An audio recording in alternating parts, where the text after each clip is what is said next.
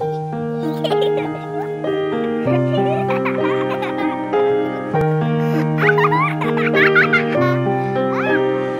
your favorite color?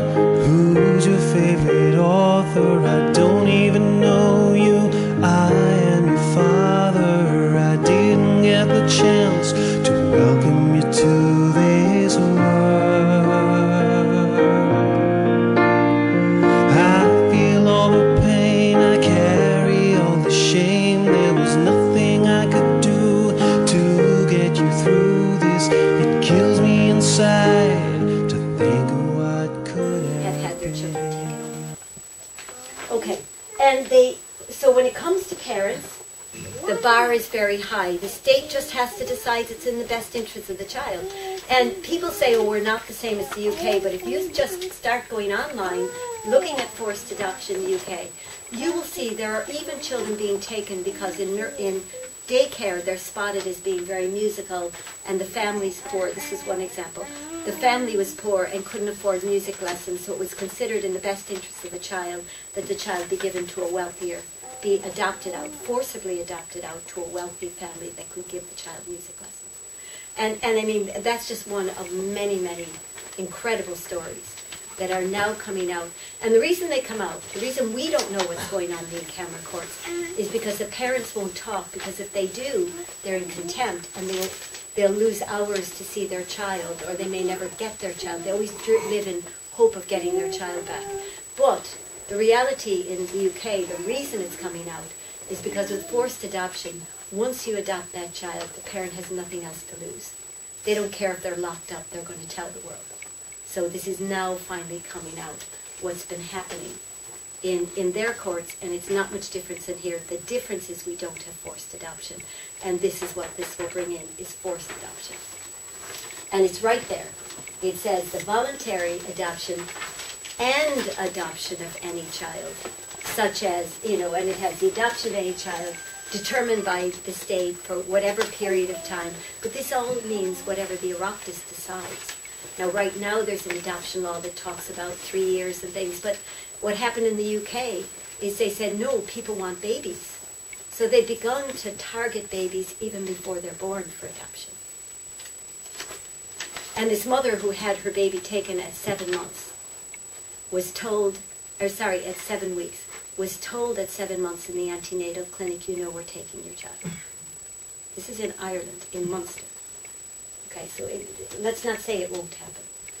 Okay, now, provision shall be made by law for the voluntary placement for adoption and the adoption of every child, and that's involuntary.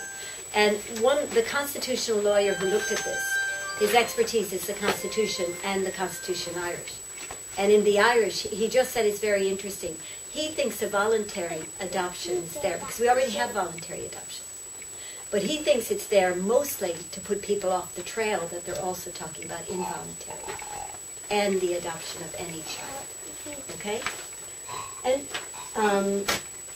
remember, we have a lot of adoption in this country, but only about 200 adoptions, you have the figures, Joe, but only about 200 adoptions are actually domestic adoptions. So there's a and if someone really has a whole place in their heart and their home for a child, they know how difficult it is to adopt. I mean, again, as an MEP, I was brought in on several cases trying to help parents to, I remember a small farming family couple who they were about 20 euros a week under the income limit. And I was trying to make the case, but they grow their own food and all. They grow 50 euros a week worth of things that they don't have to buy in the shop. And you're not taking that into consideration. Ideal, couple to give love to a child. So, there's a wonderful thing about adoption, but not when the children are stolen. Not when they're forced. Not when they have loving parents who want them and who can care for them. Okay. Provision shall be made by law. And the other thing about adoption, they're going to tell you we have, so many thousands. It was 2,000 and now they're saying 6,000 that are children in care. Don't be fooled. In the UK, Blair brought in the forced adoption. so that all these children languishing in care, exactly what Francis Fitzgerald said to us, languishing in care, could have homes. They were not. 6% of those that were in, it's about 6% of children in care get adopted. People don't want, as sad as it is, people don't want an 8-year-old with behavior problems. They don't want a child that's pining for his mother and father. They want a baby or a cute little toddler just out of nappies. You know, that's not who they're adopting, are the children in care. But because they're now, because of the best interest of the child, there are a lot more children being taken into care. And what happens is, care costs a lot of money. So it's much cheaper for the state if you can take, like this child at 7 weeks, and just adopt the child, because they don't sell the child, but the adoptive parents will pay the fees. They'll pay all the legal fees, they'll pay, I mean, the average for an adoption, I'm told, is around 30,000 euros, you know, by the time you're done. So parents will pay the legal fees, you know, the state will actually, it won't cost them anything. Whereas foster care costs money, not just to the foster parents, but the ongoing visitation, the supervision, the court dates.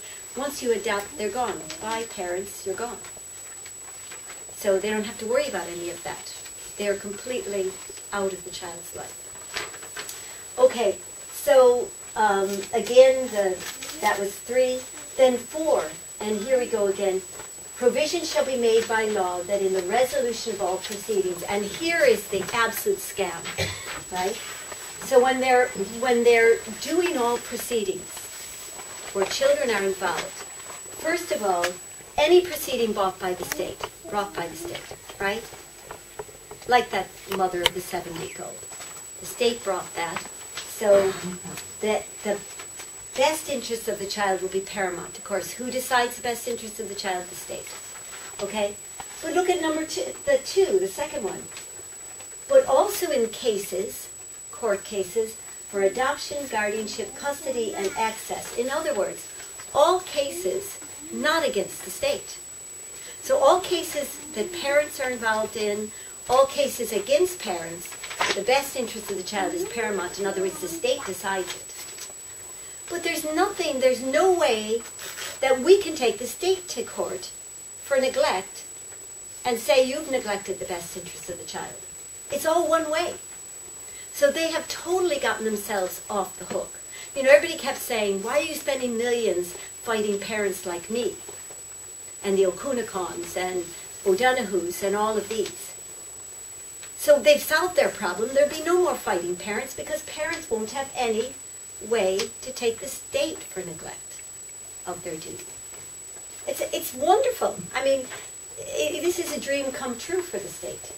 Okay, then we go down again, and then provision shall be made by law for securing as far as practicable, which I would say as far as it suits the state, that in all proceedings referred to, so in these, you know, all those proceedings, you know, all the ones against family, etc., that the child, you know, again, depending on their ability to form their own views, shall be ascertained and given weight regarding, you know, having regard to the age and maturity of the child.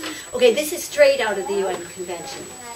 And what's interesting me about this is the state decides what level and age and maturity the child is.